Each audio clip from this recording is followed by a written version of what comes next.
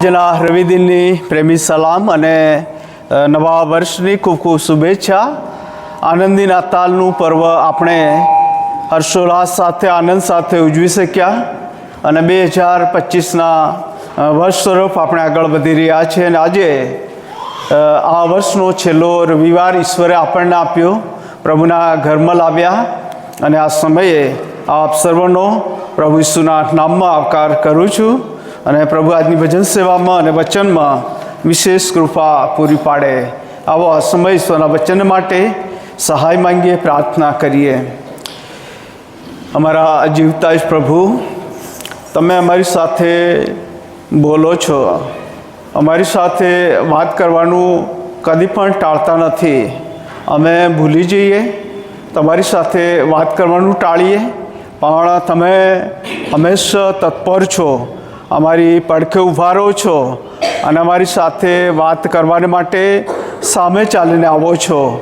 અને આ સમયે પવિત્ર ઈશ્વર, આ વર્ષના અંત રવિદિને તમારા ઘરમાં છે, ત્યારે અમારા સૌના સારું જે વચન તમે રાખી મૂક્યું છે એ વચનનો આશીર્વાદ પ્રભુ અમને આપજો.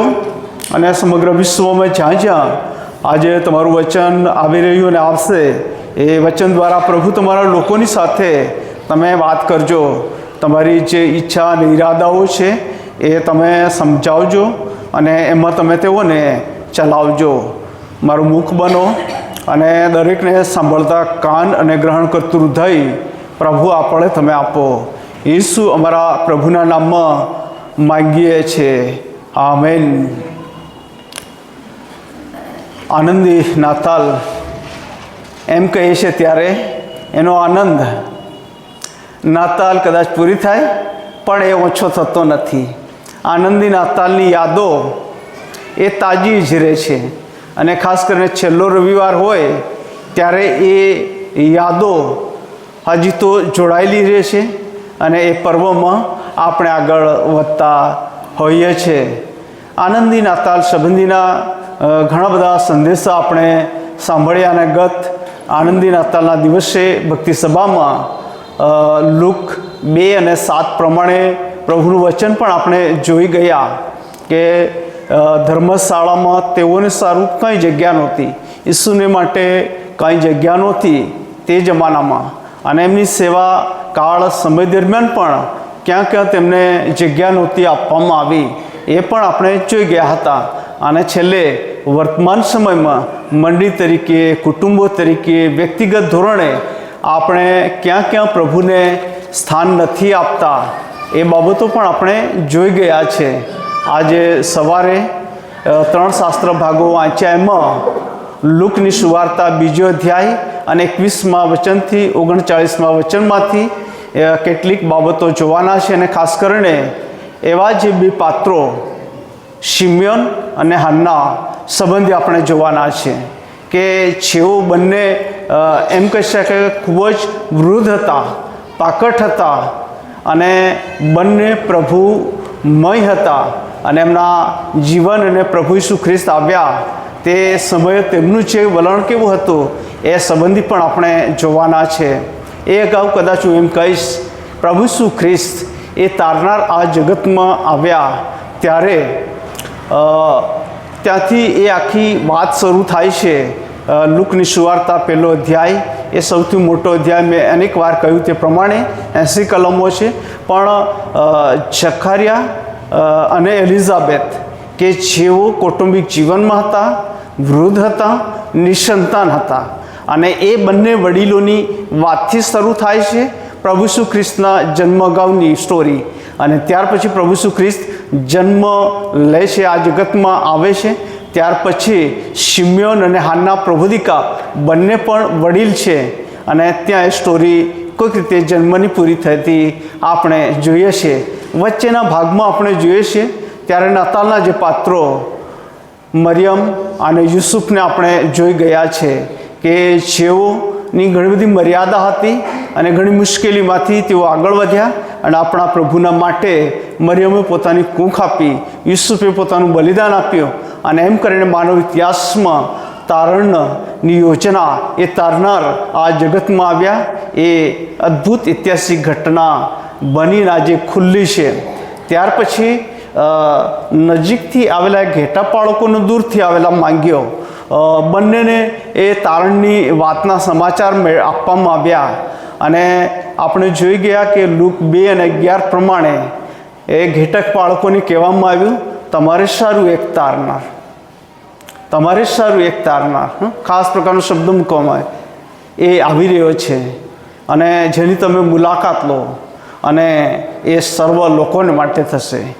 એ સર્વ લોકો ખ્રિસ્તી એ બધાને માટે તારનાર જન્મશે.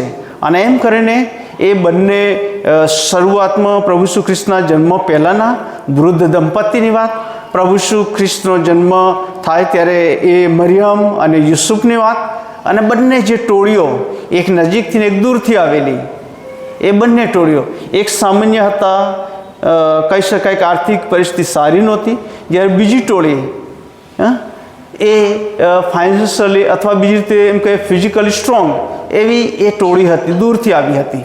અને બંને જ તારનારની મુલાકાત કરી, તારણનો અનુભવ કર્યો અને પ્રભુને મહિમા આપ્યો. અને અગાઉ પણ મેં કહ્યું હતું, નાતાલ એ તો મહા આનંદનું પર્વ છે, નાતાલ એ ભજનનું પર્વ છે અને નાતાલ એ ભેટનું પર્વ છે. એની સાથે સાથે ઘણી બધી બાબતો બીજી પણ આપણે મૂકી શકીએ છીએ. જ્યારે આ વર્ષનો છેલ્લો રવિવાર છે ત્યારે નાતાલ પૂરી થતી નથી. પ્રભુ ઈસુ ખ્રિસ્ત બેથલેમની ગભાણમાં જન્મ્યા અને પછી નાસરેત પ્રભુ ઈસુ ખ્રિસ્ત હજી પહોંચ્યા નથી. યુસુફનું જે વતન છે ત્યાં ઈસુ નાસરેત હજી પહોંચ્યા નથી. અને તે અગાઉ સિમિયોન અને હાન્ના પ્રબોધિકાની સાથે કેવી બાબતો બને છે અને તેમનો કેવો પ્રત્યુત્તર છે એ બાબતો આપણે જોવાના છે. બીજો અધ્યાયની 21મી કલમમાં લખ્યું છે, 8 દાડા પૂરા થયા પછી તેની એટલે કે ઈસુની સુન્નત કરવાનો વખત આવ્યો. હવે 8 દાડા પ્રભુ ઈસુ ખ્રિસ્તના જીવનની જે રૂપરેખા છે આમ તો સુવાર્તિકો નોંધે છે, પણ લુક સુવાર્તિક સંબંધી જોઈએ છે ત્યારે આ 21મા વચનની અંદર એમ કહે છે કે અગાઉ ઈસુ ક્યાં જન્મ્યા, કેવી રીતે જન્મ્યા એની નોંધ છે, પરંતુ એ ઐતિહાસિક બાબતને પણ ધ્યાનમાં લેશે. બીજા અધ્યાયની શરૂઆતમાં કૈસર ઓગસ્ટસનો એ સમયગાળો હતો અને અહીંયા પ્રભુ ઈસુ ખ્રિસ્તને સુન્નત કરવાનો સમય આવ્યો ત્યારે તેઓ 8 વર્ષના હતા. અને એ સાથે તમે અગાઉ એની સાથે જોઈ શકો બીજો અધ્યાય અને 23મા વચનમાં ત્યાં એવું લખવામાં બીજો અધ્યાય અને તેની 43મી કલમ, બીજો અધ્યાય અને તેની 42મી કલમ, 42 અને 43મી કલમ. તે 12 વર્ષનો થયો ત્યારે તેઓ રીત પ્રમાણે ભરવામાં ગયા. પરવાના દિવસો પૂરા કરીને તેઓ પાછા જવા લાગ્યા. ત્યારે છોકરો ઈસુ યરુશલેમ પાછળ રહ્યો અને તેના મા બાપને તેની ખબર પડી નહીં. પ્રભુ ઈસુ ખ્રિસ્તને 8 દિવસના હતા અને સુન્નત કરવામાં આવી. 12 વર્ષે પાસ્કા પર્વમાં પ્રભુનું ભજન કરવા માટે મંદિરમાં લઈ જવામાં આવ્યા. અને એ સાથે સાથે પ્રભુ ઈસુ ખ્રિસ્ત સંબંધી ત્રીજો અધ્યાય અને તેની 23મી કલમ. બીજી ઘણી બધી વાતો છે પણ આ છેલ્લી કલમ જોઈને આગળ વધીશું. લુક 3 અને 23. ઈસુ પોતે બોધ કરવા લાગ્યો ત્યારે તે આશરે કેટલા વર્ષનો હતો? 30 વર્ષનો હતો. લુક સુવાર્તિક પ્રભુ ઈસુ ખ્રિસ્તના જન્મની ઉંમરની ઝીણી ઝીણી વાતો અહીંયા મૂકે છે અને નોંધે છે. 8 દિવસ, 12 વર્ષ, એ સાથે 30 વર્ષ એ યુવા અવસ્થાનું સુવર્ણ સમય, સુવર્ણકાળ. માનવી જીવનની મુસાફરીમાં આમ તો આપણે શું કહીએ છીએ કે યુવાવસ્થા સુધીનો સમય એક ગાળો, પછી પ્રૌઢાવસ્થાનો સમયગાળો અને ત્યાર પછી 60થી ઉપર વૃદ્ધાવસ્થાનો. પણ એની સાથે સાથે આપણે જોઈએ છીએ બાલ્યાવસ્થા એ 12 વર્ષની અંદરની વાત આવે કે ત્યાં સુધી પ્રભુ ઈસુ ખ્રિસ્ત હતા 12 વર્ષની ઉંમર સુધી. પછી 13 વર્ષથી એ તરુણાવસ્થા, ટીનેજ તરીકે આપણે જાણીએ છીએ, એ 17-16 વર્ષ સુધી જાય અને પછી 18થી લઈને 30 વર્ષ સુધી આપણે યુવા અવસ્થા તરીકે ગણીએ છીએ. અને આ સમયગાળો ખૂબ અગત્યનો છે, ખૂબ મહત્ત્વનો છે. અને એ સમયગાળાનો જ્યારે મેક્સિમમ જે કોઈ વ્યક્તિ ઉપયોગ કરે એના જીવનને માટે એ ઘણું બધું તૈયાર કરી લે છે, ઘણું બધું બાંધી લે છે. અને બાકીની જે પ્રૌઢાવસ્થા કે વૃદ્ધાવસ્થા એ બધા સમયોમાં એ ઘણા બધાના માટે આશીષનું કારણ પણ બની જાય છે. આપણા પ્રભુ ઈસુ ખ્રિસ્ત કે જેઓ 8 દિવસના હતા અને તેમની સુન્નત કરવામાં આવી અને કહેવામાં આવ્યું છે કે ત્યારે તેઓ તેનું નામ ઈસુ પાડ્યું, જે નામ તે પેટે રહ્યો ત્યાર પહેલાં દૂતે પાડ્યું હતું. મરિયમ સાથે વાર્તાલાપમાં જે દૂત કહે છે કે તેનું નામ ઈસુ પાડવામાં આવશે, એ સાથે માર્થી સુવાર્તી પણ નોંધે છે 1 અધ્યાય 23મા વચનની અંદર કે દેવ આપણી સાથે, અને એ ઈસુ નામ પાડવામાં આવ્યું. આ એક એવું વચન છે, લૂક નોંધે છે. ઈસુના નામકરણ ની જે આખી વ્યવસ્થા છે અને એની નોંધ આ વચનમાં મળી આવે છે. આપણે આપણા ઘરમાં, આપણા કુટુંબની અંદર જે બાળક આવે અને એના માટે આપણે બહુ ઉત્સુક હોઈએ છીએ. અગાઉથી ઘણી બધી વખત આપણે એ નામો પસંદ કરી રાખીએ છીએ. અને કેટલાક જે કુટુંબી સભ્યો છે એમને આપણે ફોન કરીને પૂછીએ, નહીં શું નામ રાખીએ, આ રાખીએ, કોઈ કહે કે હા રાખો, કોઈ કહે કે ના આ રાખો ને, અને ત્યાર પછી આપણે ફાઇનલ ચોઈસ કરતા હોઈએ છીએ. તમારું મારું નામ એ અકાળે આવેલું નામ નથી. તમારા મારા નામને માટે પણ આપણા જે માતા પિતા, આપણા કુટુંબીજનો, આપણા જે સગા જે તે સમયે ખાસ વાતચીત કરીને એ નામકરણ કરવામાં આવ્યું હશે. પરંતુ ઈસુનું જે નામ છે એ તારનાર, ઉદ્ધારનાર, અને એની વાત દૂત મરિયમને કરે છે. અને અહીંયા પ્રભુ ઈસુ ખ્રિસ્તનું નામકરણ થઈ જાય છે. 22મા વચનથી લઈને 35મા વચન સુધી, 22થી 35મા વચન સુધી સિમ્યોનની વાત આવે છે. અને 36થી 39માં હાના પ્રબોધકાની વાત આવે છે. હવે 25મું વચન થી આપણે શરૂ કરીએ તે અગાઉ કદાચ 22મા વચનથી ઝડપથી જોઈ લઈએ. મૂસાના નિયમશાસ્ત્ર પ્રમાણે તેઓના શુદ્ધિકરણના દિવસો પૂરા થયા ત્યારે જેમ પ્રભુના નિયમશાસ્ત્રમાં લખેલું છે કે પહેલો અવતરેલો દરેક નર પ્રભુને સારું પવિત્ર કહેવાય, તે પ્રમાણે તેઓ તેને પ્રભુની આગળ રજૂ કરવાને તથા પ્રભુના નિયમશાસ્ત્ર ફરમાવ્યા પ્રમાણે એક જોડ હોલ્લાનું અથવા કબૂતરના 2 બચ્ચાનું યજ્ઞ કરવા સારું તેઓ તેને યરુશલેમ લાવ્યા. લેવી 12, લેવી પુસ્તકનો સૌથી નાનામાં નાનો અધ્યાય છે, 8 જ કલમ છે, અને આપણે 6 થી 8 કલમ વાંચી. અને પ્રભુ શું ખ્રિસ્તનું નામકરણ થયું ત્યાં સુધી એ પૂરતું નહોતું, પરંતુ શુદ્ધિકરણની જે પ્રક્રિયા નિયમશાસ્ત્ર પ્રમાણે ખૂબ અગત્યની હતી. 40 દિવસ પૂરા થાય ત્યારે એની મમ્મી અને બાળક બંનેનું શુદ્ધિકરણની વાત આવે. અને શુદ્ધિકરણની અંદર 2 પ્રક્રિયા હોય છે. એક પ્રક્રિયા એવી હતી કે એ દહન્યાર્પણ ચડાવવું પડે, અને દહન્યાર્પણને માટે એ નિયમ ઠરાવેલો હતો. જો ગરીબ હોય, સામાન્ય હોય તો પછી એ કબૂતરનું નાનું અથવા હોલાનું બચ્ચું લાવવામાં આવે અને દહન્યાર્પણની એ વાત આવે. એની સાથે સાથે બીજી પ્રક્રિયા એ પાપાર્થ અર્પણની છે. પાપાર્થ અર્પણને માટે માફીની, કબૂલાતની, અને પ્રમુખ યાજક એમાં દોરી જતો હોય છે.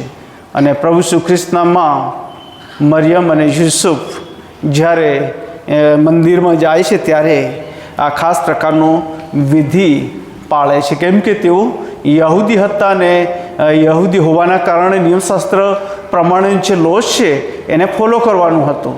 અને તેઓ ત્યાં જાય છે એ 40 દિવસો પછી. અને બસ પ્રભુનું વચન 27મું વચન 25મા વચનથી આમ તો આપણે જોઈશું 25 થી 27. ત્યારે જુઓ, સિમ્યોન નામે એક માણસ યરુશલેમમાં હતો. તે ન્યાય તથા ધાર્મિક માણસ હતો. તે ઇસ્રાયેલના દિલાસાની વાટ જોતો હતો અને પવિત્ર આત્મા તેના પર હતો. સિમ્યોન, જો બાઇબલમાં આપણે જોઈએ તો ખાસ કરીને જૂના કરારના શિમ્યોનને આપણે ભૂલી શકતા નથી. યાકૂબનો જે વંશ છે એ અથવા 12 દીકરા છે, એમાં બીજા નંબરનું સંતાન એ પણ શિમ્યોન.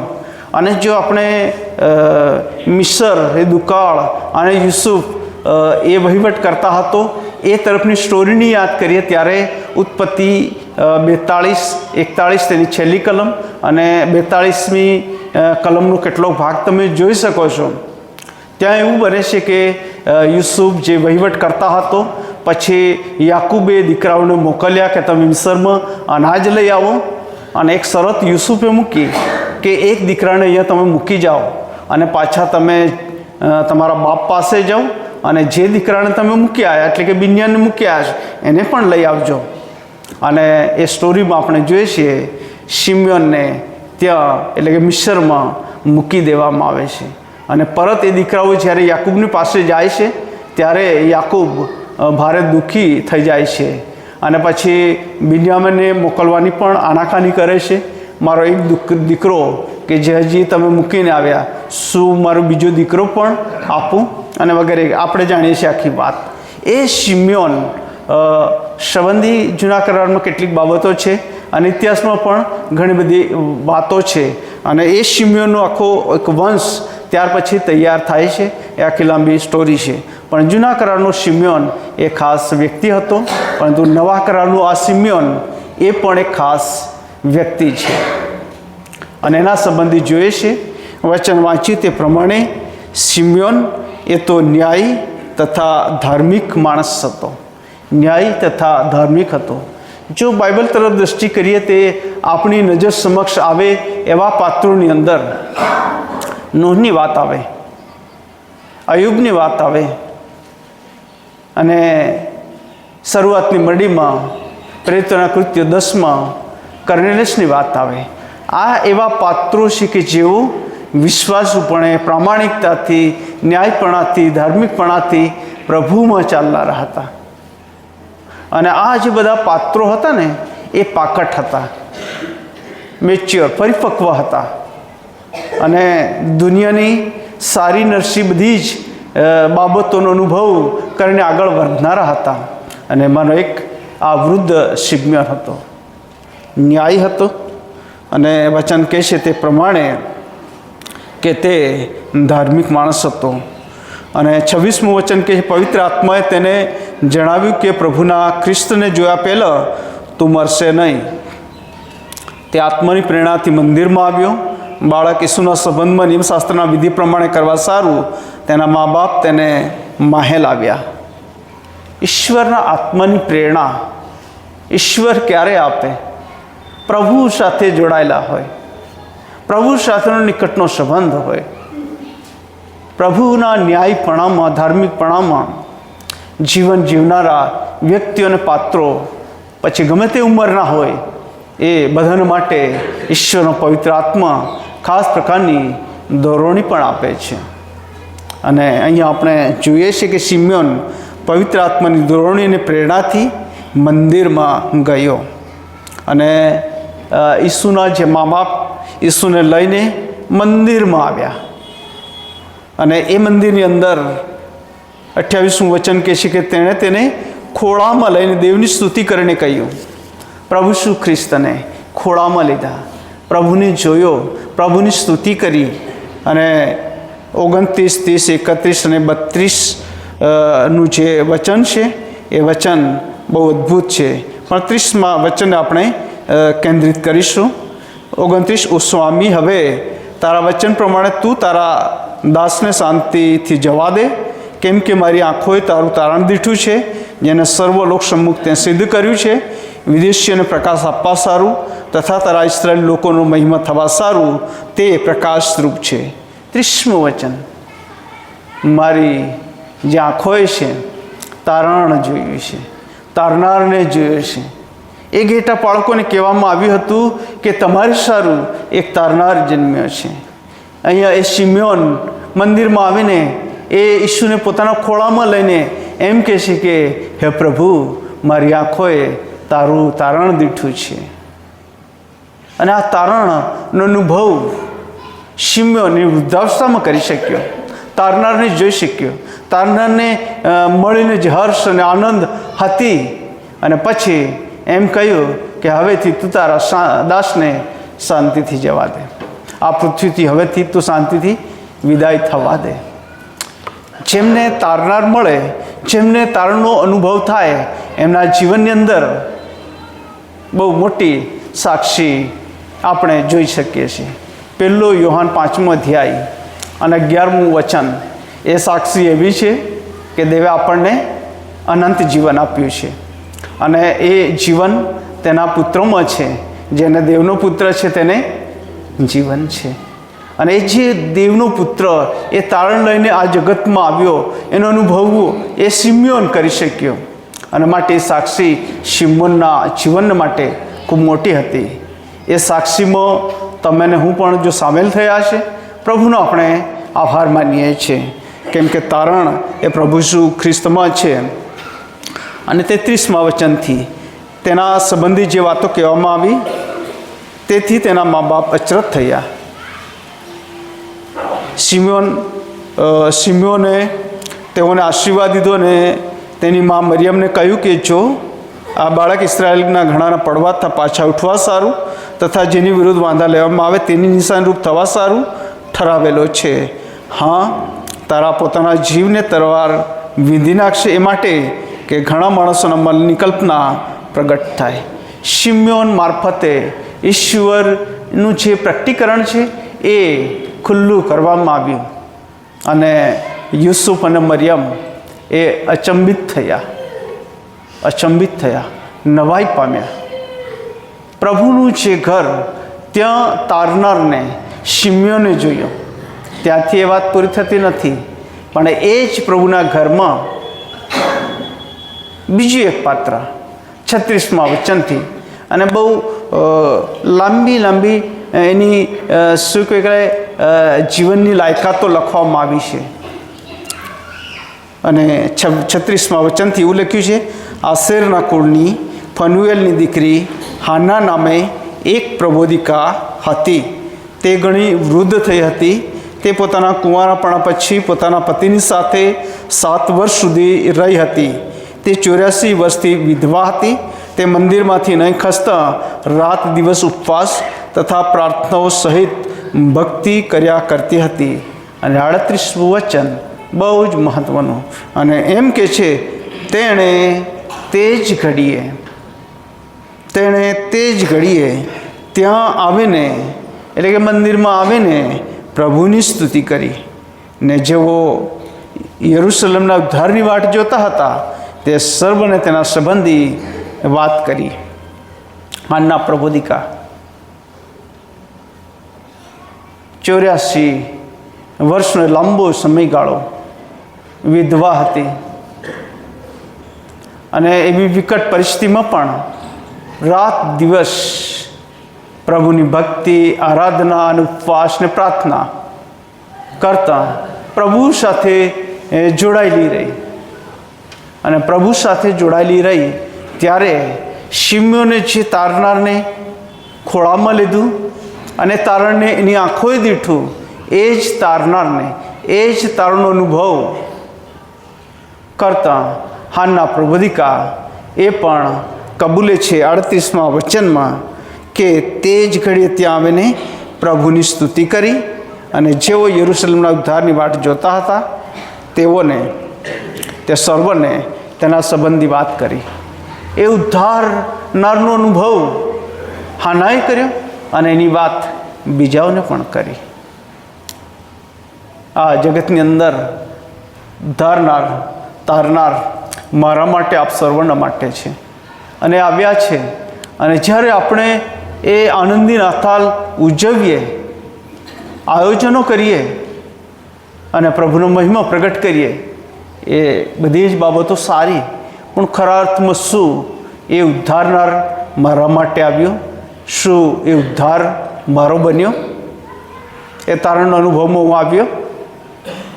અને જો હું એ તારણના અનુભવમાં આવ્યો છું, એ ઈસુને મેં જોયો છે, ત્યારે 1 યોહાન 5 અને 1 કલમ, ઈસુ એ જે ખ્રિસ્ત છે, એવો જે કોઈ વિશ્વાસ કરે, ઈસુ એ જ ખ્રિસ્ત છે એવો જે કોઈ વિશ્વાસ કરે છે એ દરેકને પ્રભુમાં જય છે, વિજય છે અને જીવન અને આશીર્વાદો છે.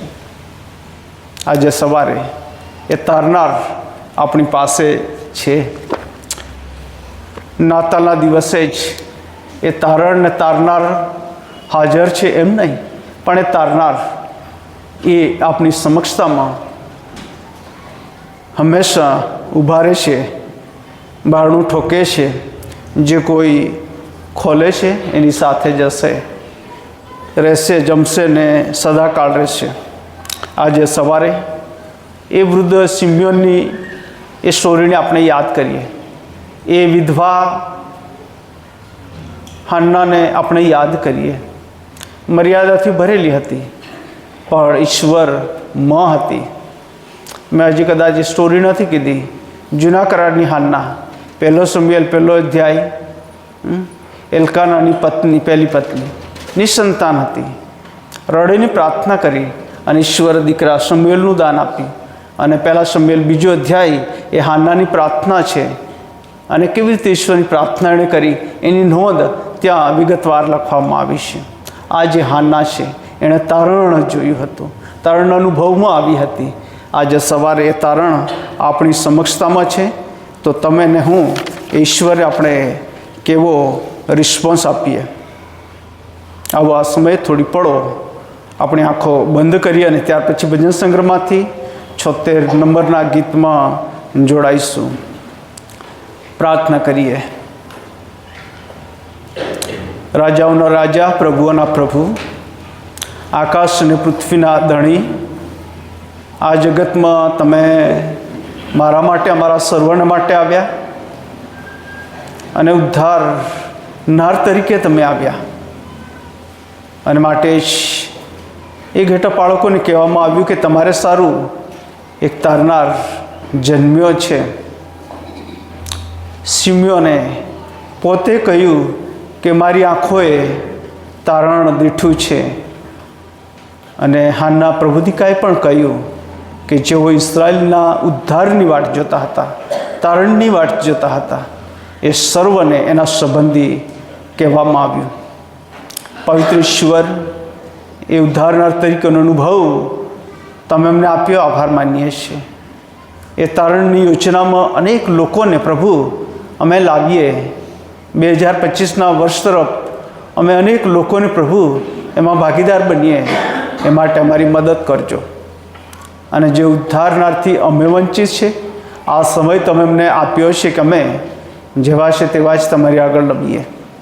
અમારા હૃદયો, મનોને અમે ખોલીએ અને પ્રભુ અમે કહીએ કે પ્રભુ તમે મારા હૃદયમાં આવો, મારા મનમાં આવો અને મારા હૃદય મનના રાજા અને માલિક પ્રભુ તમે બનો અને હંમેશા તમે રહો. તમારા પ્રેમાળ પવિત્ર હાથોમાં અમે સૌ સોંપાઈએ છીએ. અમારી આ પ્રાર્થના પ્રભુ ઈસુના નામમાં સાંભળી સ્વીકાર કરો. આમેન. ભજન સેવાના અંત ભાગમાં ગીત નંબર 76માં આપણે જોડાઈશું. જય જય ખ્રિસ્ત દયામય સ્વામી.